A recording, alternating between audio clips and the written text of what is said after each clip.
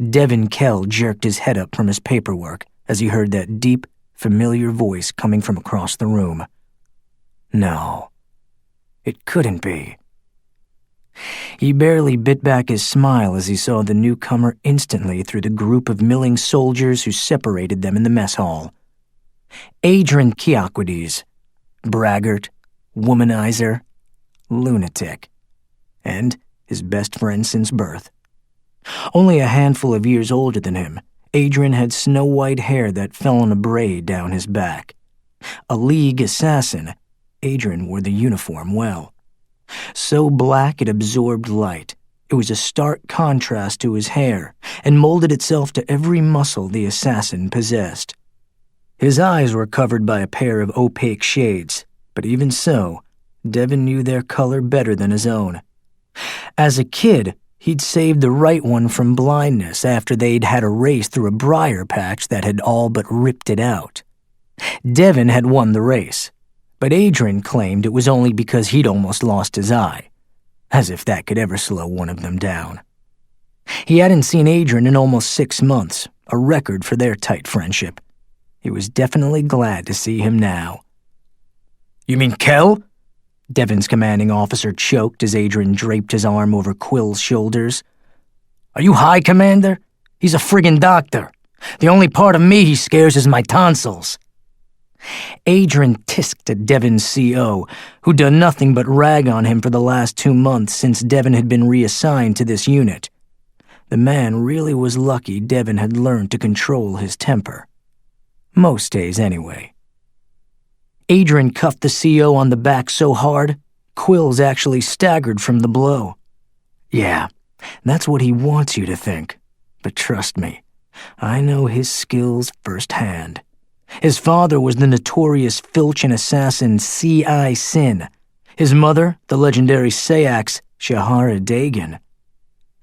Devyn clamped his jaw tight to keep from drawing his blaster and shooting his best friend for letting out a secret he'd done his damnedest to keep. You asshole. Quills gaped at them both. He? Kell is their son? Oh yeah, and I'll do you one better.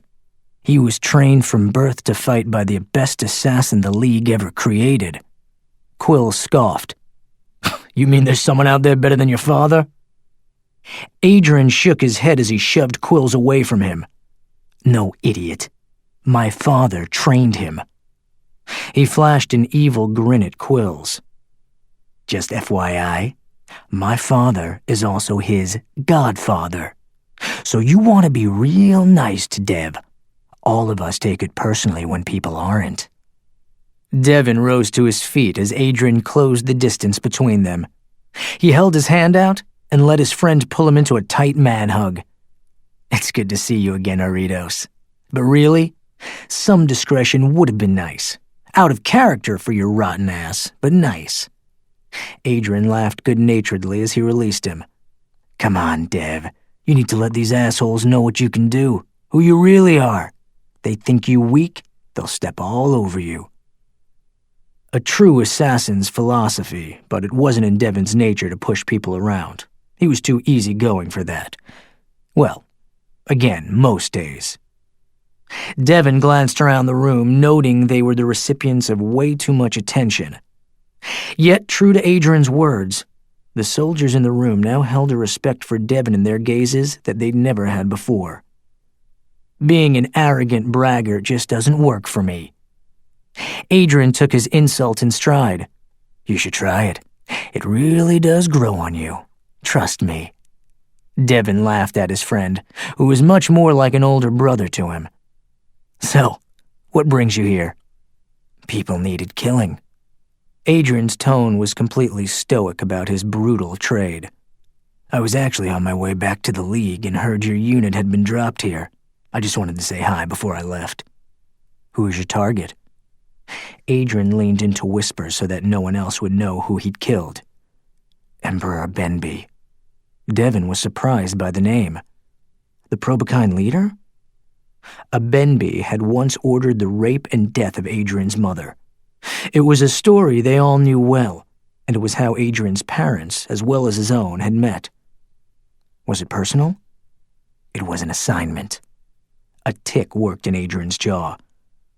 And it was personal for what he put my mother through.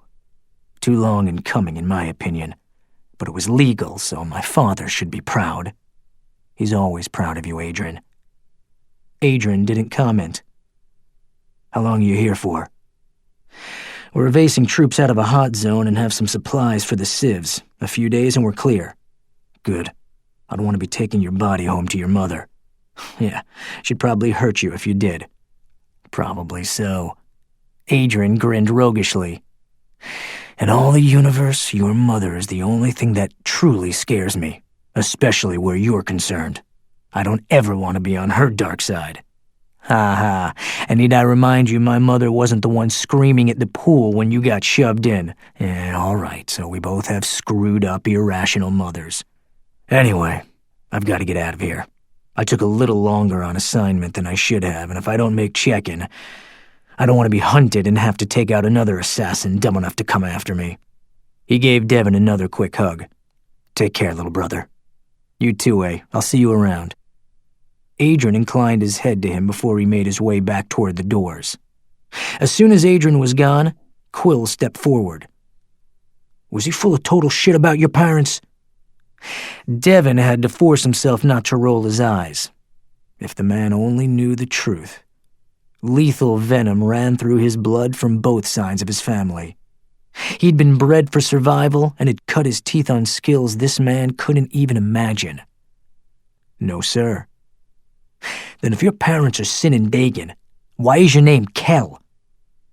Because he was the grandson of one of the most ruthless criminals ever born, and his parents had done everything they could to shield him from people who would judge and discriminate against him based on his ancestry alone. That paternal connection to a madman had ruined his father's life twice before Devyn's birth, and it had been hammered into him that he must always keep it a secret. And it was none of Commander Quill's business. Have to ask my father, sir. I didn't pick my name. He and my mother did. Gods, how he hated being obsequious to these pricks. Why had he joined the military again? To help people. Yeah, but it was getting harder and harder to take their crap and thank them for ramming it down his throat. His CO narrowed his gaze at him. Are you being smart with me, Captain? Devyn arched a sardonic brow. How stupid was Quills that he couldn't tell that was a major affirmative. Before he could answer, Quills' comlink went off. Commander, there's an attack on the road 12 miles down. We have orders to move out, now.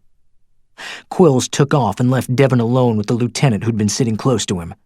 The young man's face was pale and drawn. Devyn frowned. You all right? I've never been in a battle before. Poor kid. But he'd learn. Don't worry, Lieutenant. Your training will kick in and you'll be fine. And if not, I'll have you there to patch me back up. Right, Doc? Absolutely. Inclining his head, the kid took off. Devyn grabbed his pack and weapon. He didn't like the thought of battle any more than the rookie. But this was what he'd signed up for.